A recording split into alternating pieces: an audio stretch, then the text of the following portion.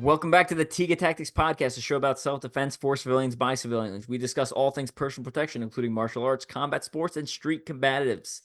Our resident MANs, martial arts nerds, include co-founder of Tiga Tactics and holder of 8 black belts in different styles, Dr. Conrad Bui. Hello, everybody. We also have a black belt holder in 4 different styles, and the other co-founder, Patrick Vuong. Hola, online listeners. And I am your third co-host, the third wheel, active duty Army Special Forces soldier and champion obstacle course racer, Evan Ultra-OCR man Perperis. Today we're going to be talking about less lethal self-defense tools. So we're going to deep dive this topic, explore a bunch of different tools that people, typically like to carry. Pepper spray, kubotans, pepper ball launchers, whatever it may be. We're going to kind of dive through and talk about some perks and cons with each of them. Let's start off with, I don't know, this is a huge topic to cover. Let's start off with, can we even, is that even a thing? Can I have a less lethal self-defense tool? Is that even an option? Or is guns and knives the only thing I should be carrying for self-defense? Well, I think that's a pretty obvious answer there because depending where you live and your local laws, you might not have easy access to a concealed carry permit. And sometimes some local knife laws are very restrictive as well, too, as to the length of the blade or the type of the blade that you can carry as well, too. So I think it's good to explore these less than lethal, quote unquote, less than lethal tools that we can use, as well as we also want to think if maybe we have a daughter, for example, and she's in her teens, maybe 16, 17 years old, not quite 18 or 21. What is something that they can use to prepare themselves or to have a better chance of surviving a violent encounter? As someone in the Army, I remember going to one of the EDC knife seminar, and people were talking about they didn't want to carry a knife because they would, if they were pushed, they would have to use it, and they didn't feel comfortable essentially eviscerating someone as a method of self-defense, right? Or cutting them over because it's messy, it's bloody.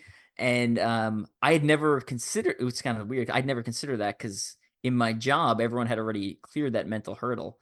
So I think, there's some people who obviously want to defend themselves, but may be trying as much as possible. I mean, we're all trying as much as possible, right? To not take someone's life. So I think it's good to look at some of these options. Yeah, Patrick, any other thoughts before we start diving by each kind of tool? Yeah, no, I agree. Actually, I don't want to segue too much, but I carry a knife with me even in my home. But that's not for self-defense. That's actually just to open Amazon boxes and cut fruit and packages and stuff like that. My go-to home defense. I mean, I have the whole spectrum of weapons at home, but I honestly thought about this often, and I thought, okay, well, someone breaks in the house, I got to use force, but it might not necessarily be lethal force. And if I go straight for my knife, there's going to be blood everywhere. And, I'm going to be the one to have to clean it up or, please come. And they're like, ooh, dude, what did you massacre somebody in here? So there's this whole thought process that I had to go through. And I realized I'm going to give myself as many options as possible. So each room has something different. And, it'll be, based on that situation where I am, where the bad guy is. But yeah, I think there's a lot of psychological barriers that non-military, non-law enforcement people have to get over. And if they can't get over that hump or that barrier, then they must go with something less lethal because, man, unless you're just like a MMA champion, going empty hands is not always the best option. And on the flip side of that too, I'm sorry, on the flip side of that, there might be some people that are carrying quote unquote deadly weapons like firearms or knives, and they haven't made that decision that they're willing to take a life to protect themselves or protect someone they love.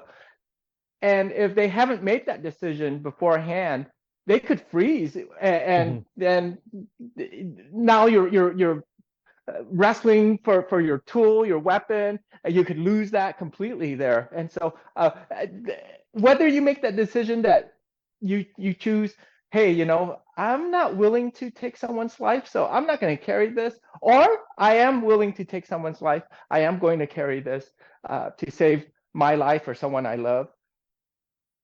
that's a decision that needs to be made way beforehand, before something happens. Because if, again, you're carrying something that's a big force multiplier, a deadly weapon, a tool, if you will, there's a lot of responsibility there. So a lot of that thought process needs to happen. And nothing against the people who are saying, oh, hey, that's just not me. And that's cool. Everyone just has to make their own decisions, but those decisions need to be made.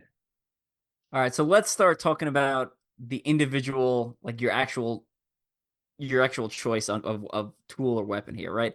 So when we talk about the pyramid of personal protection, mindset is the biggest one, and we just kind of touched on that. Skill set is the next most important one, and this is arguably the least important one, the tool set, but it is still part of the pyramid of personal protection. So we still do want to talk about it. I just want to make sure people understand the hierarchy of importance here.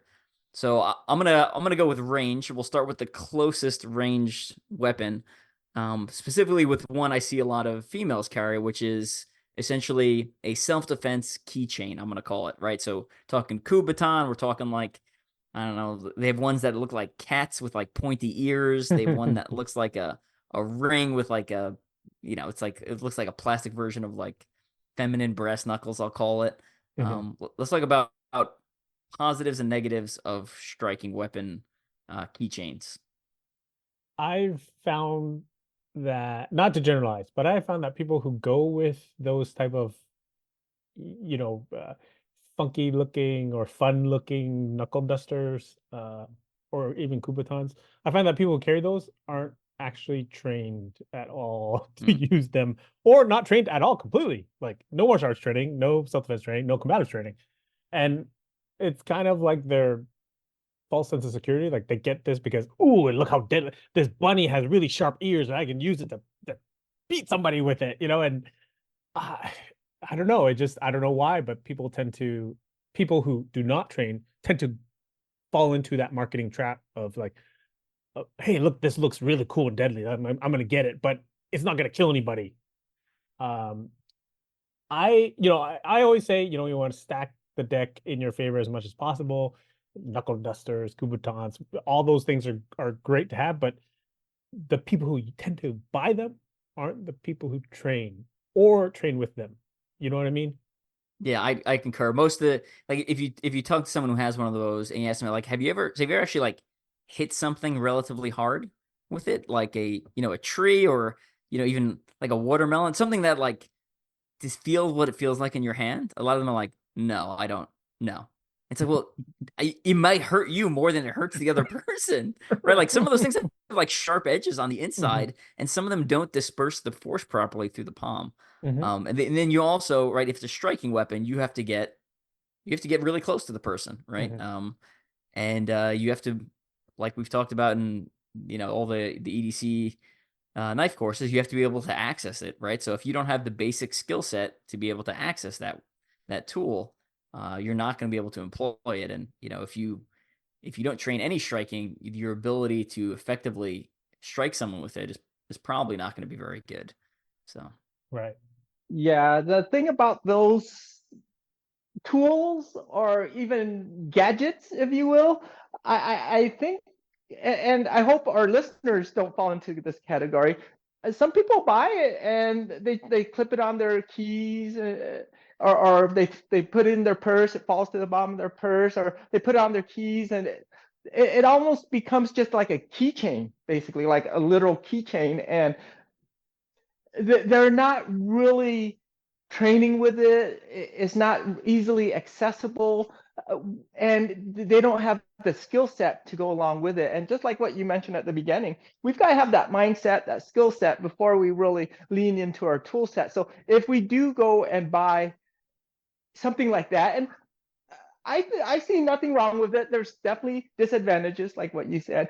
You have to come in close contact to use it.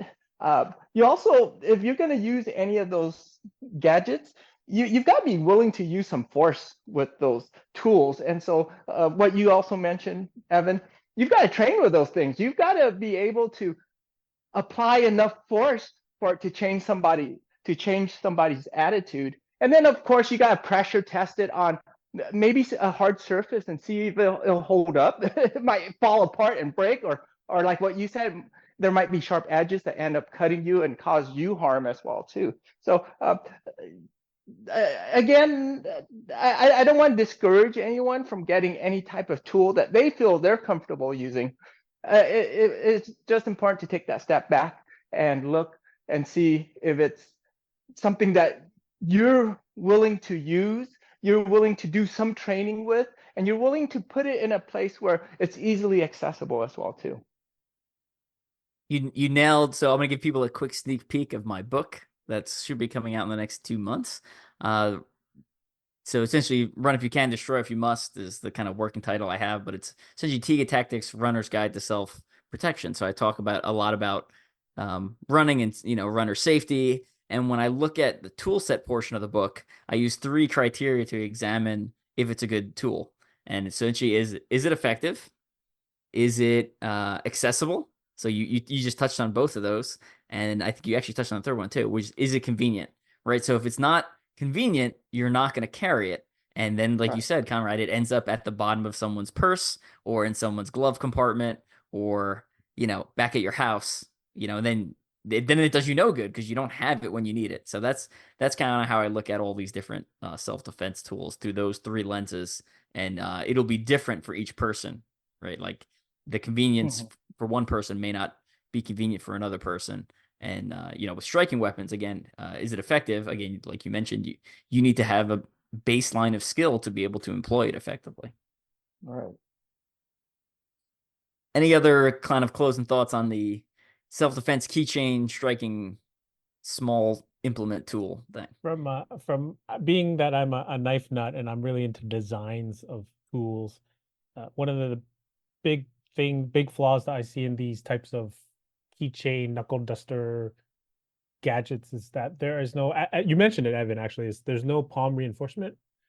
So when you go to strike, that tool will actually rotate or shift in your hand, and it can actually damage your knuckles or your fingers, your joints, your palm, because it's not in a stable platform, so to speak. And that's a fatal flaw in terms of design. This happens actually in knives too, like push daggers. They don't have a good palm reinforcement. So when you go to strike, it may actually injure you. And that actually brings me up to a point with this is with more of like improvised weapons, like a lot of quote unquote women self-defense specialists. They'll say, "Oh yeah, just take your keys, put them in between your fingers, form a fist, and then you punch the bad guy with your key."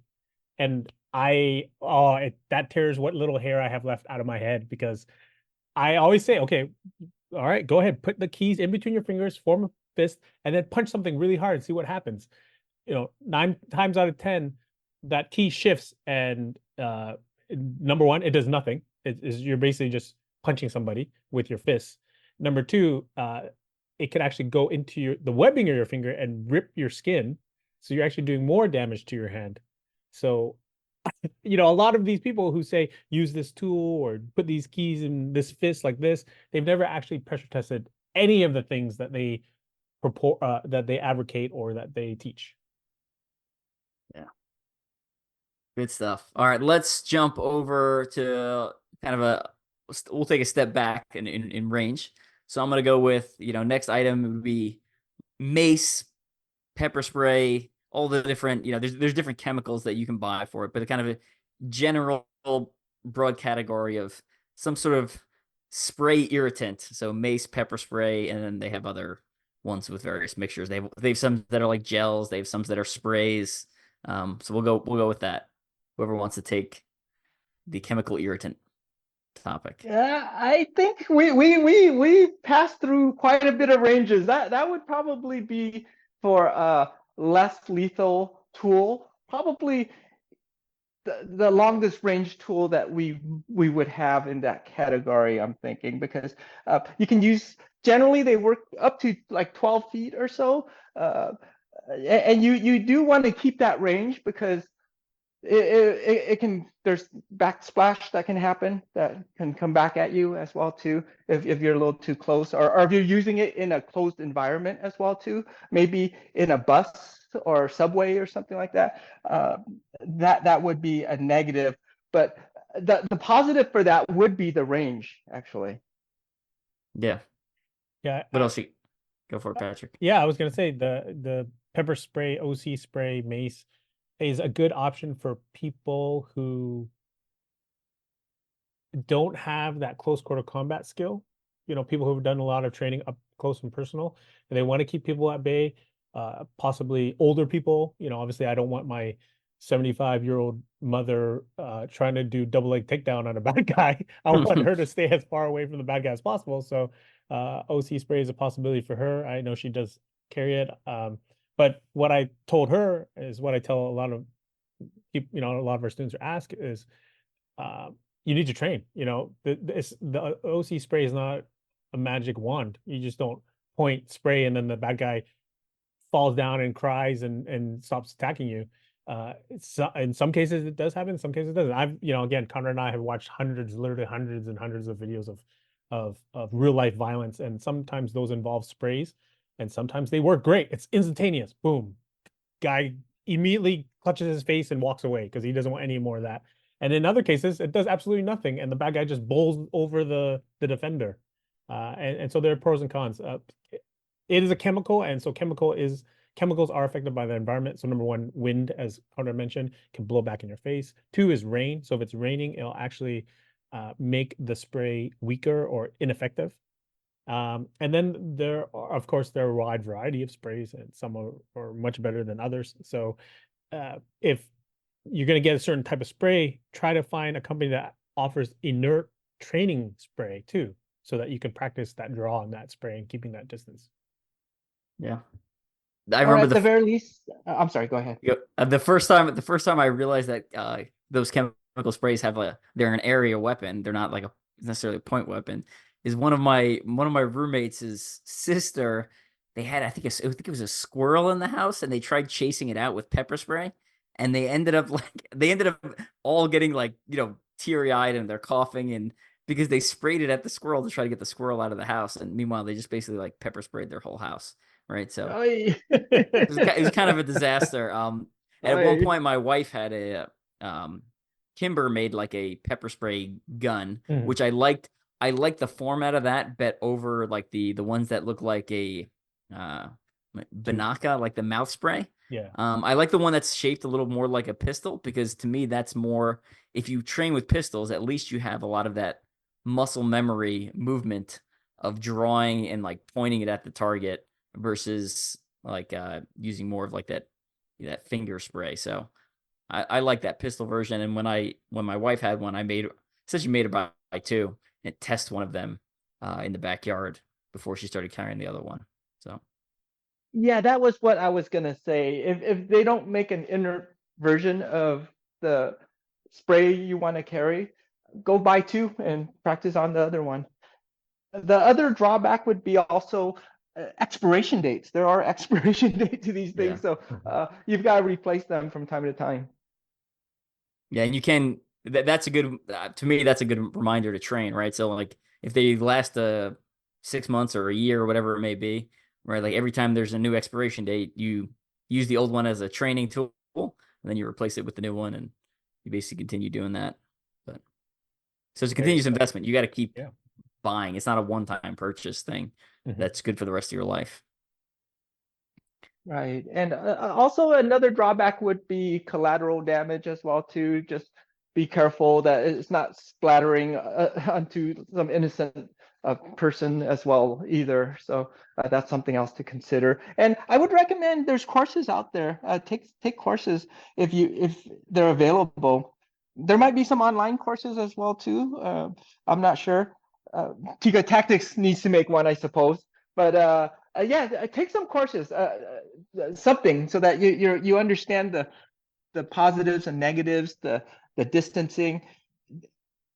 Remember, the effective range for this is up to 12 feet, and you want to keep that distance if you can, if you can. A lot of times violence happens closely and quickly, so you might not have that opportunity. And for any of these tools we're talking about, I also want to remind our listeners that it's not the tool that's important. It is important. It's carrying the tool and then using that as a reminder that safety is an illusion out there. bad things do happen to good people, and sometimes I need that reminder. I do carry pepper spray, and it's a reminder for me that reminds me, hey, there can be danger out there. Just be aware of it. Stay alert out there. Stuff. I want to one jump. last thing. Oh, go for One it. last thing. Oh, I'm sorry. One last thing too. I'll if you have it in your hand, and you need to use it, it'll be a lot faster. So I Yeah. keep it in my pocket, and my hand, I'll walk with my hand in my pocket if I'm in a situation where I don't feel very safe, or it's getting dark or something like that. I will literally have my thumb on the safety lever, if you will, ready to spray. And so if it's in your hand, it'll come out a lot faster. So if you're walking down that proverbial dark parking lot, right, the scene in the movies, have it in your hand. Have it in your hand. And if it's not part of your keychain, that's even better, because it's right with your keychain too. So have it in your hand. You'll be able to use it a lot faster. And for those who are waiting, while you're waiting for the Tiga Tactics Mace course, whatever you're gonna call it, if you do come out with one, the EDC knife course can essentially act as a substitute, right? Because it has to do with creating space and the toolbox of strikes, and then you basically draw. So instead of drawing your blade, you draw you draw your pepper spray, right? So that's Right. You can use that as a substitute to kind of hold you over there. Any other final thoughts before I want to jump into a different one? Let's jump. Yeah, one that I kind of skipped over. So let's talk stun guns, right? So when I say stun guns, I mean the ones where you physically have to make contact. I physically have to touch you with the electrodes to shock you. I'm not talking the taser one, the one that shoots the electrodes out. So stun guns, kind of another impact weapon, we'll say it, but you don't have to actually have impact. You just got to touch. Whoever wants to take that one. Yeah, I would say that we've watched plenty of movies where like the woman pulls it out and activates it, and it makes that electricity sound. That could be intimidating, but it's not foolproof. Based because not all stun guns are made equal, and Yep. they'll really good marketing will make it seem like it's super powerful, but when you actually understand the science behind it, 5,000 volts is really not that much. You want to actually do the research and find out, what are volts, what are milliamps, what are, all these different terminologies, so that you can understand how much the human body can withstand. Because some of these really, the shock is just the equivalent of like licking batteries. Like it'll give you like a little jolt, like you've been hit with an elastic band. But if, let's say, a serial killer or a rapist is determined to kill your wife, and all she's got is a stun gun, she doesn't have any other skills, she does no mindset, no skill set, and all she has is this specific tool set, she's gonna be in some trouble. So it's really important to understand that the limitations are based on the model that you get, and so you really have to do your research to know that you're buying a right one. Because we know plenty of companies, mail order companies, that sell all these quote unquote cool looking stun guns, but if they're powered by like 2 AA batteries, I don't know if that's the right one to get. See, you Right. mentioned when I was a Boy Scout, we actually we would buy like $20 stun guns that were powered by a 9-volt, and we would chase each other and shocking each other. Like, right, it's supposed to be a self-defense weapon, and we think it's hysterical, right? And it was painful. It was like, I mean, like you'd pull your hand back, but yeah, it's supposed to be a self-defense weapon. We're playing with it like it's a toy. Yeah. The other thing I'll say, again from experience, is so the crackle is the sound it makes when it's just hitting air. It's going across the exposed area. When you actually touch someone with it, there's no noise. It's essentially it's because the skin is absorbing the noise or whatever. I'm not sure the exact science behind it. But that's something to be aware of too, right? Like, so if you don't know that when you have one and you go to shock someone, you're like, why is it's not working right now? It could be working, and he may not be just reacting, like you said, because he's motivated. Maybe he's on drugs or whatever. Right. And I know jiu-jitsu and sparring and obstacle course racing. I've hurt myself more times than I can count, and a lot of times I will finish a race or finish a roll or finish a sparring session, and someone's like, "You're bleeding," and it's like, "I am." was like, oh, Right. I didn't really notice. Right. Right. And that's not even life or death. That is just competitive spirit. It has nothing to do with with if I was truly intent on doing something with, kind of lethal consequences there. I also want to add that you were talking about that crackle, the noise, the light there. And I would imagine there might be some people, they see that and they hear that noise, they will just retreat. They'll stop their attack or their aggression, and they're good. And that can happen with any of these tools we're talking about. Even that little key ring we're talking about, maybe that is enough to change people's minds. You pull out, also, we talked about the pepper spray, you pull that out, maybe that's enough to change people's mind. And so, but don't count on it. Be ready for it not to change people's mind. And at the same time, when you go to deploy it, whether it's the pepper spray or the keychain we're talking about, or the stun gun, when you go to deploy it, also be ready for it not to work as well too. Hey, if it works, you zap the person. They're like, okay, that's enough. I'm out of here. Great. And at the same time, be ready for it not to work. And you've got to have another plan B. Whatever it is, go to your toolbox or run or bite or scream, whatever that plan might be. Be ready to go to plan B for, because even if it's deployed correctly and it's used correctly, like what we're talking about here, you've got a motivated person, you've got a very angry person, they might be on drugs, they might be drunk, who knows what. You've got to have a plan B. Yeah. Good input. Good input. Unless anyone has anything else, let's jump over to taser. Let me a couple things about the stun gun. Go for it. Yeah, again, you need close contact, and depending on like what Patrick talked about, the voltage and everything like that, it could take up to like 4 seconds for the person to feel the effect neurologically. So they might initially go, "Oh, what is that pinch?" And then eventually their muscles contract and they start getting the little shakes.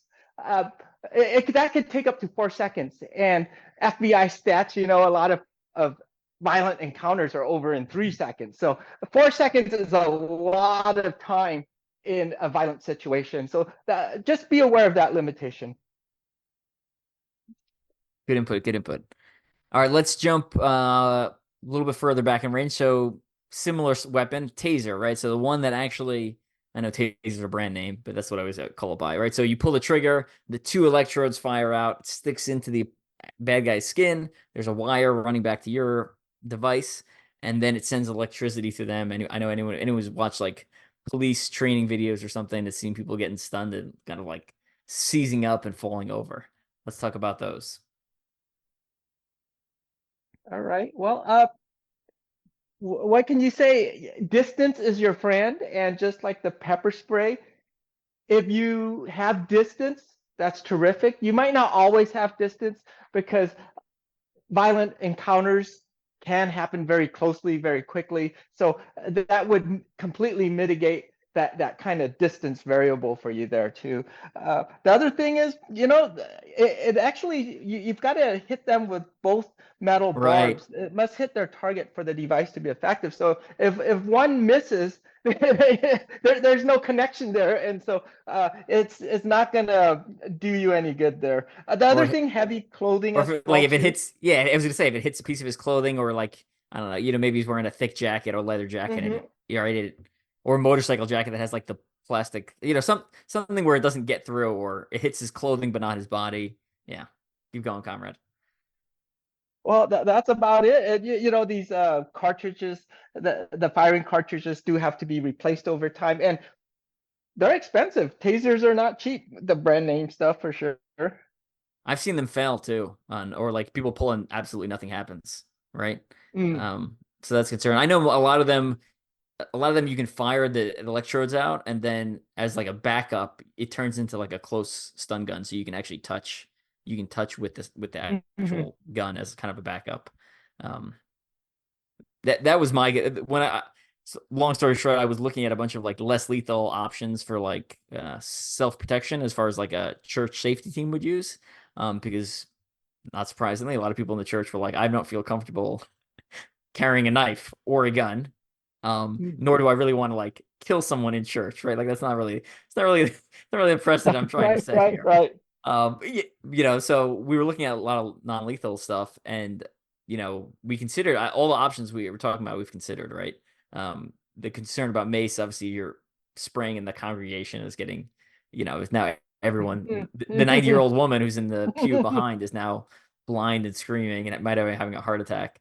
And the electrodes was a big one, right? Because I was like, well, what if you miss? And now you have, how accurate is this thing? And how many times am I going to test it? And it seems like I like it as far as like the distance thing you said, but I again for pretty much all of these, it's like we were saying, it's part of a layered defense plan. And if that one fails, I don't immediately panic, right? You transition to whatever your next tool is and continue the fight. Right. With the tasers, again, everything that we do at Tiga Tactics is based on statistics, research, and real life violence, because we watch a lot of videos. And the tasers, I've seen plenty of taser videos, obviously involving police officers using it on somebody who typically has a knife. So, we kind of got into that weird age and era where cops are no longer allowed to shoot bad guys who are trying to kill them. So they end up deploying the taser instead of shooting the guy with the knife. And guess what happens? The bad guy pulls the barbs out, rips the wire off, and then goes and stabs the cop. And it's crazy. Yeah, and so this happens.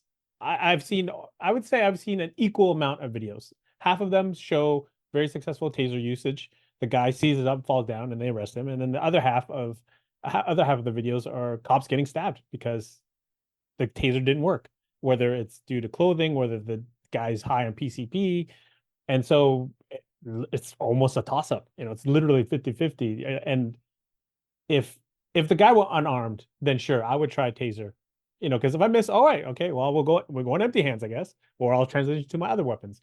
But if the guy has a lethal weapon in his hand and he's saying, I'm going to kill you, man, I'm not 50-50 it's not a ratio I want to bet my life on. No. Yeah, again, from speaking from a military perspective, if we go into a house and someone has a knife in the room, I mean, I'm not I usually don't carry anything non-lethal besides maybe a flashbang. But I'm not waiting for him to stab me before I can shoot him, right? I'm just going to shoot him from across the room, and that's war zone, and that'll obviously ROE dependent, but from the ROE I've operated under. So, any other final thoughts on taser? No, I think we can move on. Okay, I know we kind of touched on this one a little bit. Let's talk a little bit about flashlight. Flashlights are honestly my go-to less lethal tool. I recommend it. I carry it every day. I tell all my students to carry one. I tell my family members to carry one. To me, it's the, I don't want to say ultimate less lethal tool, but it checks almost all the boxes for me because number one, it's just a flashlight. So it's probably legal everywhere I go. Number two, it is a projectile. At night, it's a projectile. I can be standing, if I have the right flashlight, I can be standing 30 feet away from you, shine my flashlight at you, and you will be blinded. You'll turn your head, or at least you won't want to talk to me anymore. During the day, then obviously no longer a projectile. It becomes close quarter combat tool. And that's great because, hey, it's basically a mini steel pipe in my hand or a really hard, high impact polymer. And so I have a great force multiplier that won't fail on me because I'm not going to carry, some flashlight from the 99-cent store. I'm going to make sure it's good, solid quality. So it checks all those boxes. It's legal. It's a projectile. It's the impact weapon. And more importantly, it helps me see things when I can't find, say I drop my keys under my seat or, I want to be able to illuminate the path to my car at night. It's just a great all around tool. Yeah, I know we Right. talked about it And before. You can carry it in your hand, Mhm. and then there's Mhm. I don't look like a psychopath walking to my car, right? Right. And then you can use it. So to me, like you said, you kind of touched on it, checks all those effective, accessible, convenient blocks. Mhm. Conrad. Yeah, what nerd doesn't like flashlights? Come on. As a kid, I liked flashlights, not just Mhm. for any type of self-defense reason. I just like flashlights, you Mhm. know? And the technology they're coming out with the rechargeables and different lumens and all the ways you can stage them on your body and in your house and everything like that. It's just a great time to be alive if you like flashlights. Absolutely. It's an interesting statement. Didn't think I'd hear that one, but okay. No, I I remember. mean, yeah, it is exciting. I don't know. Yeah. It is. For me and Connor, I'm a flashlight nerd too. Actually, Connor was a big influence in my flashlight game because I remember he would, I'm a little kid and he's a teen. He just got his car and he's got the good old mag light. It's like Uh, he's got the 3D, I think it's 3D or 4D battery cell. So it's hard metal. It looks like a baton, but it's also at the time it was really bright. Now when you it compare was, it, yeah. it's Now it's super like dim. trash. They're like Yeah, trash exactly. now. But They're so back bad. then it was so bright because all I had was my dinky 2 AA Two double A, battery. yeah. And he had a 4D cell battery. It's awesome. Weighs like 20 pounds. It's like, yeah, Mhm. pulling down half of your pants. It's Yeah. great. Yeah, again, going back to Boy Scouts, and that was like the cool flashlight to have, the mag light. You know, I don't know if they made a 5D. I know one of them was like obnoxiously long. They made like a 5 or 6D one. It's something Yeah. you've seen. It was like a Obnoxious. sword. It was like a sword. It was like, what are you carrying? That? Yeah. And How do you even carry that? Yeah. now you can carry something that fits into your hand and is, 3 times as bright and Mhm. Right. has a sharp edge on it. So uh, much better. I'm sure we'll dive in. I think we've talked about flashlights before on this podcast. I'm sure we'll talk about it again when we talk more about like the flashlight fighting course you guys have on the Tiga Tactics website. I know we've talked about this one as well. So we'll touch on it briefly. Alarm, so like a personal alarm. So it's a keychain or whatever, and you pull it and it starts making noise. Jump over to whoever wants to take that. All right. Well, a lot of people, again, they poo-poo this device. As long as we understand the limitations, this is not, I don't think there's anything with stopping power on this tool here. It's supposed to attract attention, maybe freak out your attacker. We can't, again, we talked about this, we can't rely on that working.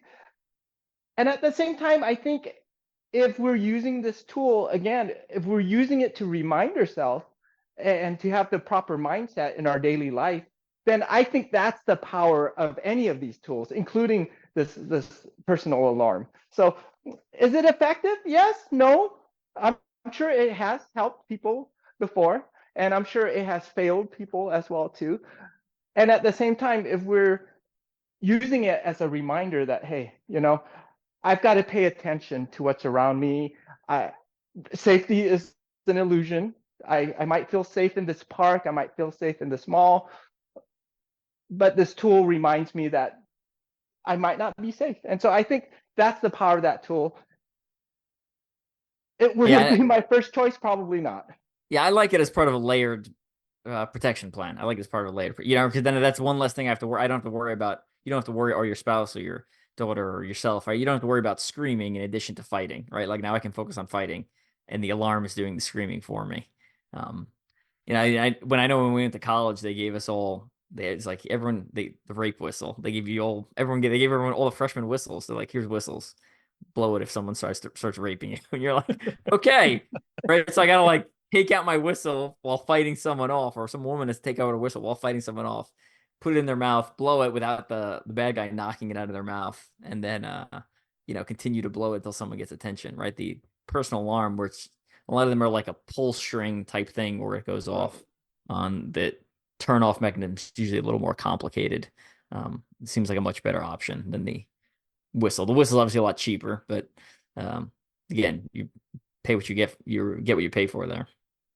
Yeah, I would use the personal alarm system as like a modern day ninja. So I'd use that. They would be my throwing star to distract as I draw my katana and chop him in half. Nice, nice. So how are you carrying that katana? That's the real question. It's my concealed katana. They're Yeah, you know, exactly. I'm a ninja. Of course I can conceal it.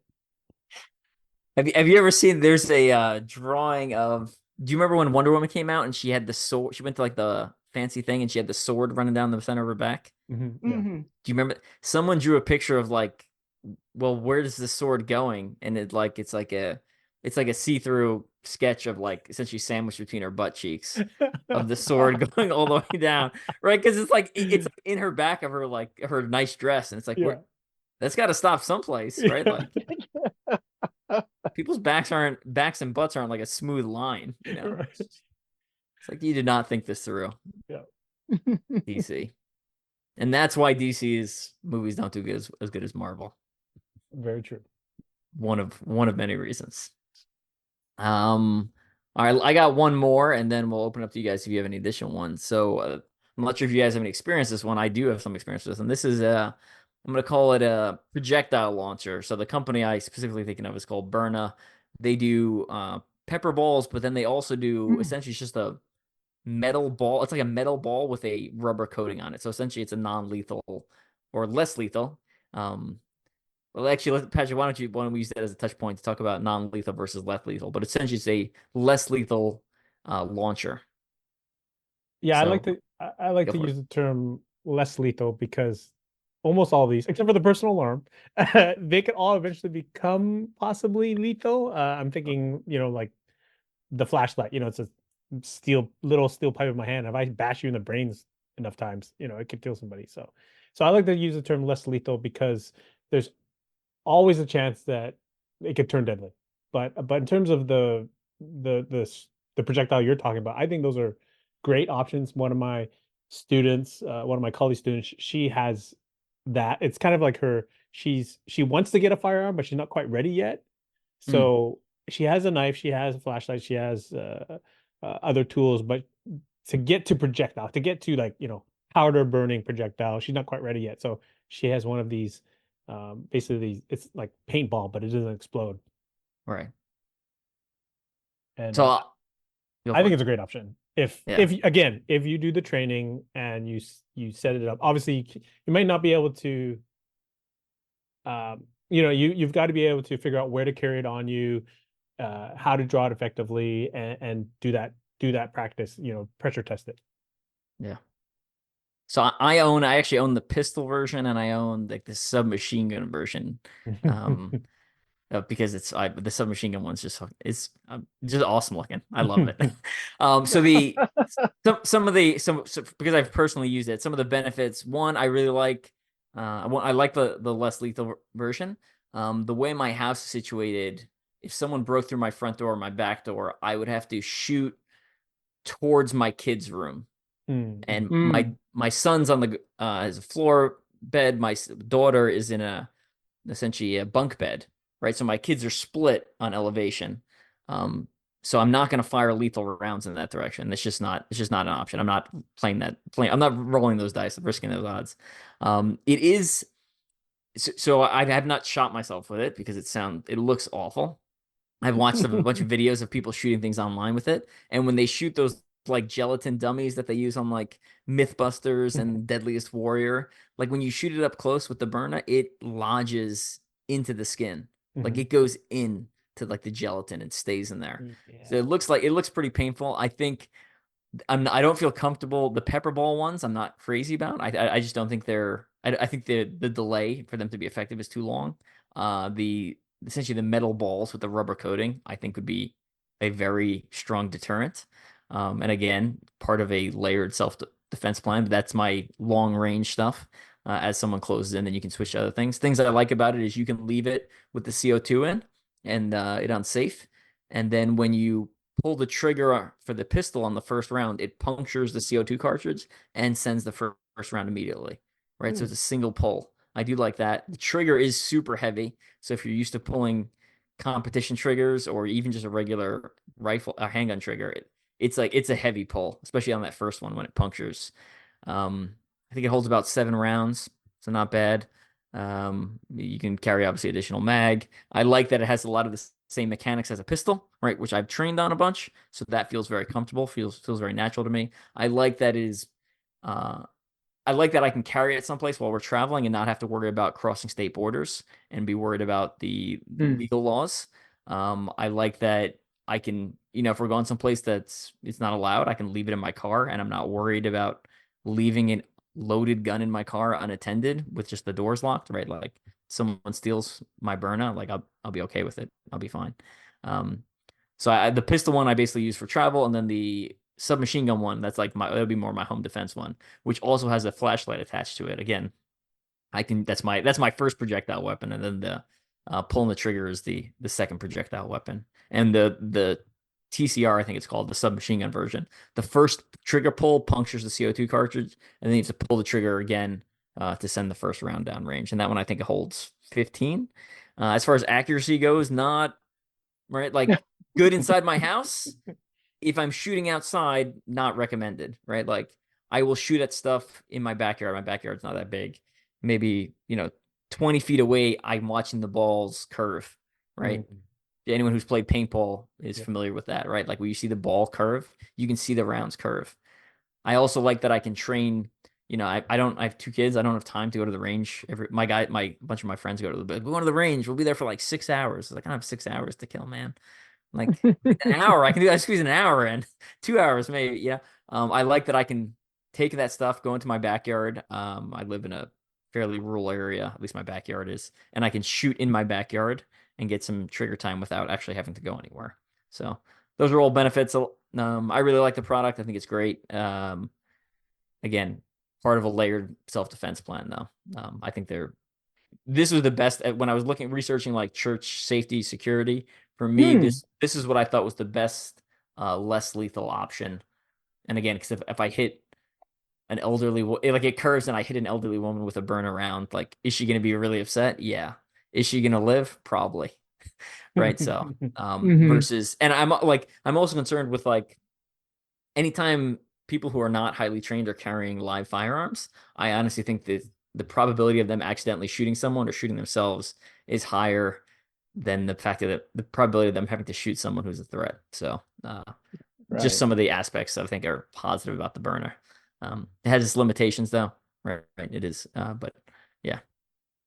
Okay, this is cool because I've never really considered using that for home defense. How much do those cost? I want to say the pistol was like 300, and I can't remember. I know I got them on sale on Black Friday, which I always recommend. And the submachine gun I think was like 600, and then they have an M4 version which I think is like 900, something like that. So okay. And they also make, so that same less lethal brand also makes the alarms. Like I'm not associated with Byrna in any way, but I do think they have some good stuff. And then they also make they make non-lethal shotgun rounds, right? So if you're like, oh, I don't need to buy a whole launcher. The pistol's $479. The Mission 4, which is their M4, is 700, and the submachine gun, which is the TCR, is 600. So okay. Yeah, they make non-lethal shotgun rounds too. So your normal 12 gauge shotgun, except you load it with this other type of round, and essentially is like a rubber bullet type thing. Interesting. Yeah. So all right, I think that's something for our listeners to consider, for something for me to consider for sure as well too. Thanks for sharing that.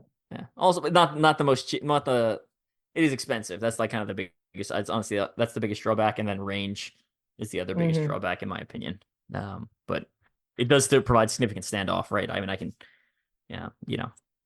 I still can get a couple of shots in if I have the time before someone closes that distance, right? And they're probably not going to be very happy. Or they might be more concerned about the rubber ball lodge into their, shoulder, or whatever, chest. And how loud is it when these rounds go off? Not loud. I don't wear hearing protection. I guess that's not the best. Uh, I'm not the best spokesperson because I'm deaf in one ear already. I was deaf before I started shooting this. It's not loud. We'll shoot it in my backyard with my kids standing next to me, and no one's wearing hearing protection, and it's not loud. It sounds like a paintball gun. So the brand that makes it is Tipman, which was when I played paintball in the 90s. That was like one of the big brands of paintball. So I think so they've got plenty of experience making things that shoot small projectiles, and so they basically converted it for a self-defense portion. So okay, yeah, not necessarily like I would not, if I was police, that would be like my of course, right? But yeah, for home defense, I really like it. I think it's a good option. Right. Okay. Let's go ahead and move on. Is there any other tools you want to talk about, Patrick? Yeah, I think we can't leave out the pen. A lot nowadays we call them tactical pens, but honestly, any hard, sturdy, really well made pen is an excellent, less lethal tool for self-defense. I'm a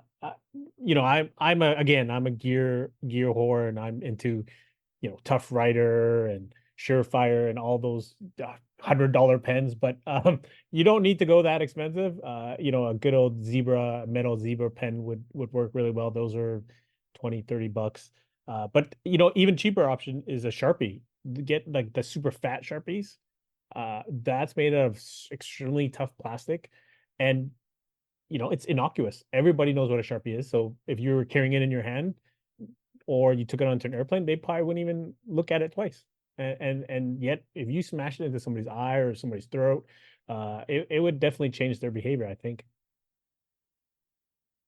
Right. I think the big advantage for things like flashlights, pans, you're going to get through TSA, no problem with these things, unless they look totally so like tactical. I think the actual rule is you're not allowed to have tactical pens. So if it's specifically designed for self-defense, it's a no-go. But if it's a sturdy pen, then it's fine, right? And that's one of my big critiques about some tactical pens is they're like, well, our tactical pen has a knife in it. It's like, well, if it has a knife in it, then why? I don't need that. Like, I'm just gonna carry my knife. I'm not carrying your stupid pen that I have to untwist with this like quarter-inch blade. Like, get out of here with that thing.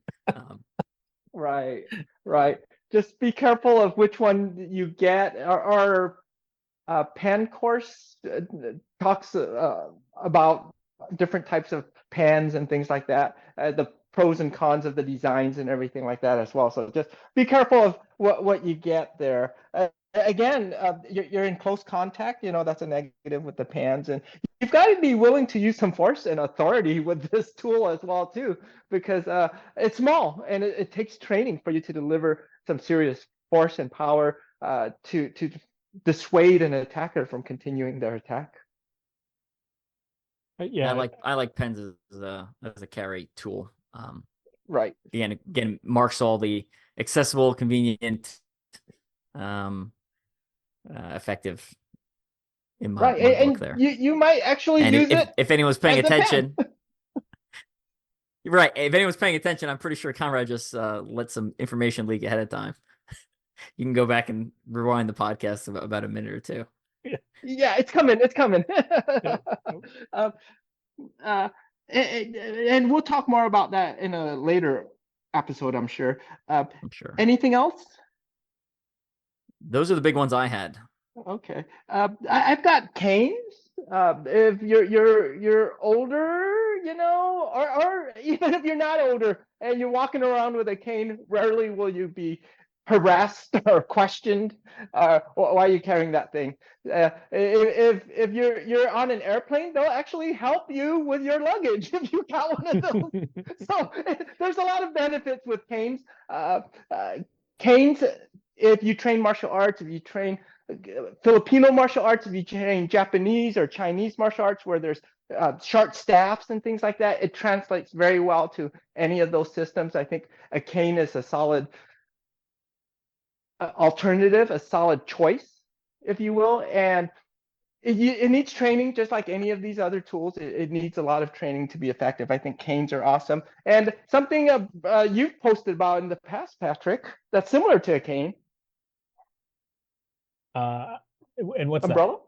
Oh, yes, of course. Yes, the umbrella. It serves almost the same function with the added benefit that you can block the sun or the rain from your eyes or your body. So yeah, there's some really good umbrella companies out there that can actually double for self-defense. You don't want to just get, some cheap, flimsy umbrella from the dollar store, but if you do some research, you can find some really solid umbrellas that will actually withstand impacts and be a really cool improvised weapon.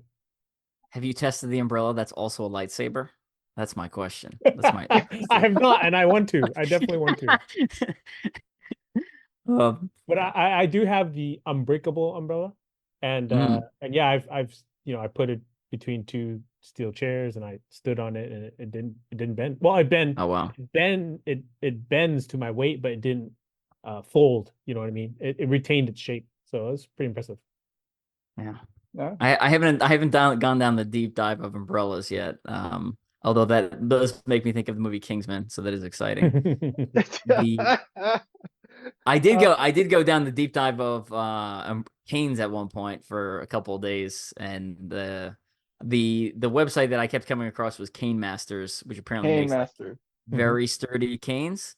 And the guy that runs that is like, stop buying the cheap canes, and he's like he's buying like canes you buy at like the cheap CVS type stuff, and he's like hitting things with him, and they're just bending and folding. Right. And, he's just like laying into things with his canes, and they're still fine. Like oak canes and like teak canes. They look pretty serious. So, is that Mark Shuey? It's a good question. I don't know. I don't think I've met him before, and yeah, he gives seminars on usage of the cane as well too.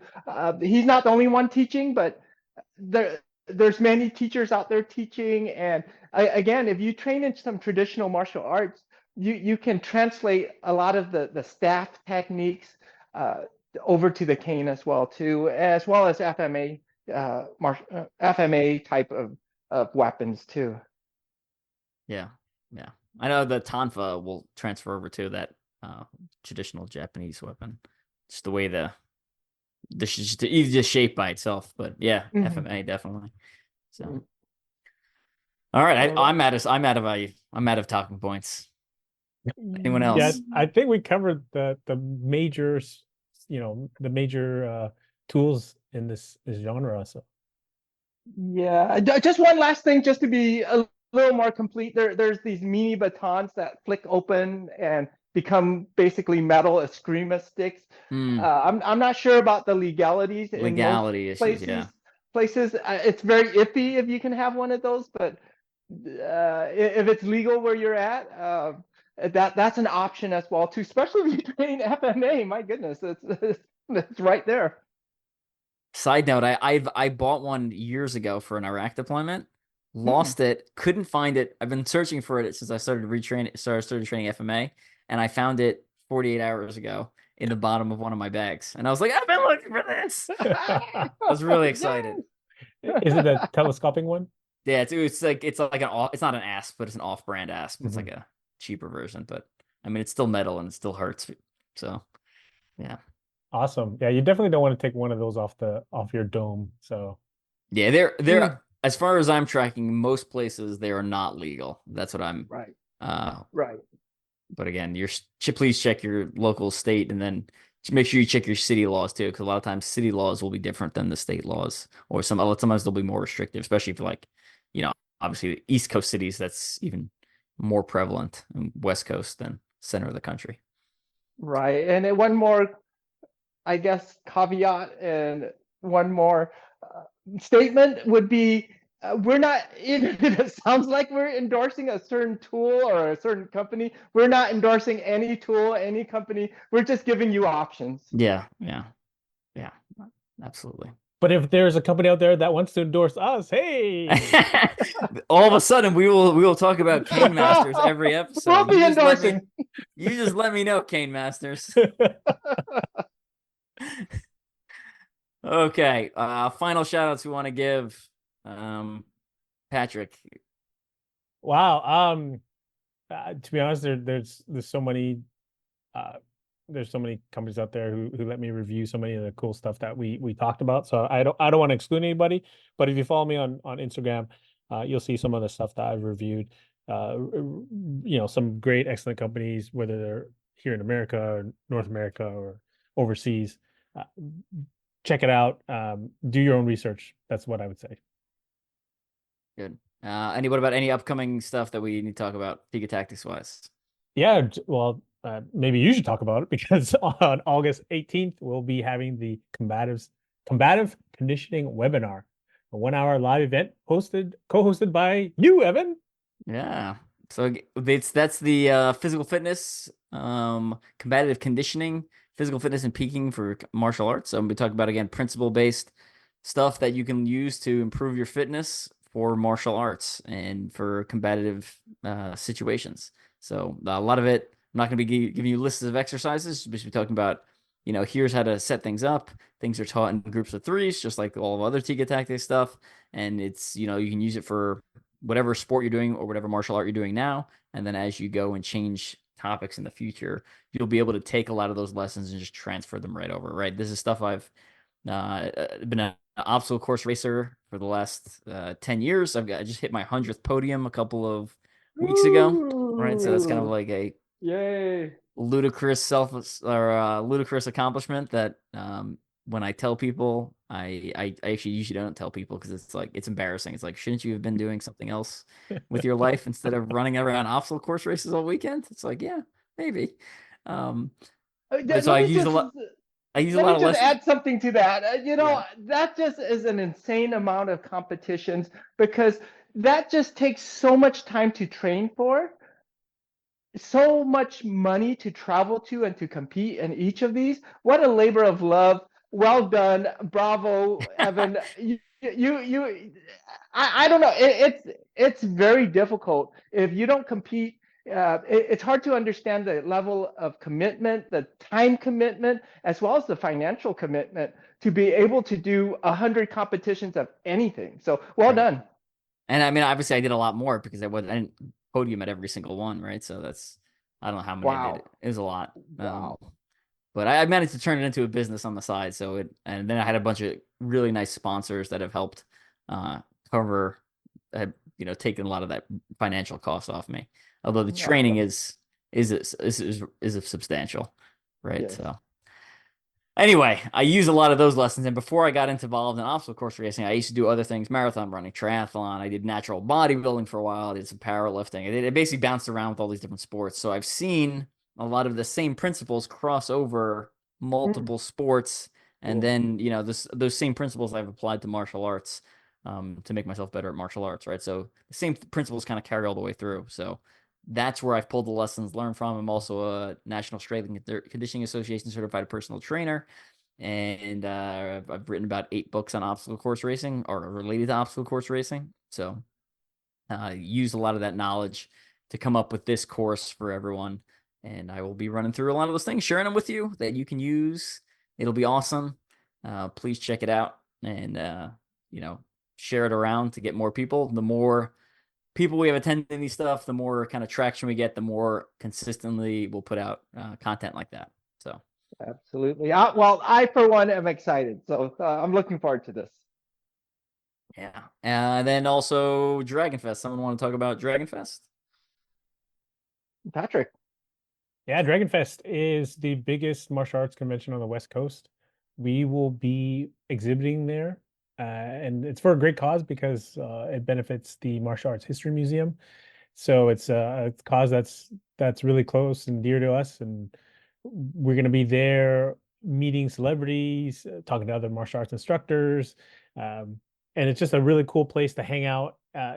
You'll see martial arts movie stars, famous legends in the martial arts world, kind of like anybody related to self-defense, martial arts, MMA. They'll all be there. So please join us. It's the first, I believe it's the first Saturday of August in Glendale, California, which is close to Los Angeles. So we'll have a booth there. Come hang out with me, Conrad, and Evan. It'll be tons of fun.